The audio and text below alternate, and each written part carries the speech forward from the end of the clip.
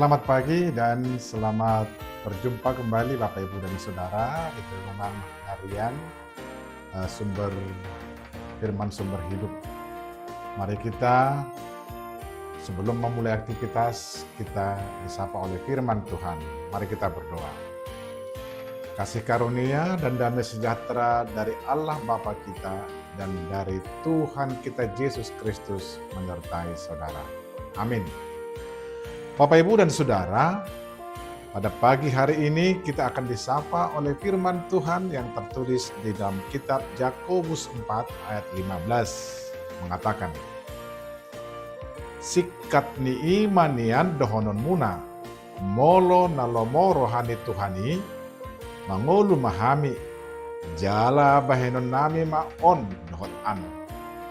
Sebenarnya kamu harus berkata, jika Tuhan menghendakinya, kami akan hidup dan berbuat ini dan itu. Demikian firman Tuhan. Bapak, Ibu, dan Saudara, perencanaan adalah hal yang sangat penting di dalam menjalani sebuah kehidupan.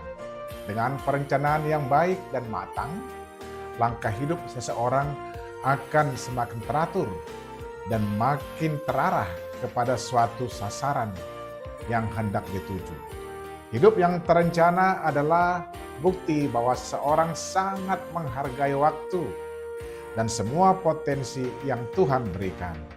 Namun, sebuah perencanaan jika tidak disertai tekad dan usaha mewujudkannya, tidak akan lebih dari sekedar moto atau angan-angan atau mimpi di siang bolong. Karena orang yang berhasil adalah orang yang hidupnya terencana dengan baik dan punya kemauan keras untuk mewujudkan rencananya. Sebuah perencanaan akan semakin sempurna apabila Tuhan terlibat di dalamnya. Yakobus mengingatkan agar jangan pernah kita melupakan Tuhan dalam setiap perencanaan hidup kita. Di zaman yang serba modern ini, kebanyakan orang tidak lagi melibatkan Tuhan dalam menyusun rencana hidupnya karena merasa dirinya mampu menentukan langkah hidupnya sendiri. Dengan pengalamannya, kepintarannya, kehebatannya, kekuatannya, kecanggihan teknologi, uang, atau dengan kekayaan yang dimiliki, mereka mengira bahwa semua yang direncanakan pasti akan berhasil. Segala jalan orang adalah bersih menurut pandangannya sendiri, tetapi Tuhanlah yang menguji hati. Demikian firman Tuhan di dalam Amsal 16 ayat 12. Bapak, Ibu, dan Saudara, orang yang melupakan Tuhan dalam perencanaan hidupnya sama artinya meremehkan Tuhan, mengabaikan kehadirannya, menganggap seolah-olah Tuhan tidak ada dan tidak punya kuasa. Pikiran yang demikian itu adalah kesombongan. Orang yang sombong dan angkuh meyakini bahwa ia mampu mengatasi semua persoalan hidup yang ia hadapi dengan kekuatan yang dimiliki. Padahal ada banyak hal di dunia ini yang unpredictable, yang tidak dapat diprediksi. Apa yang akan terjadi esok, lusa, minggu depan, bulan depan, tahun depan, tidak seorang pun yang tahu.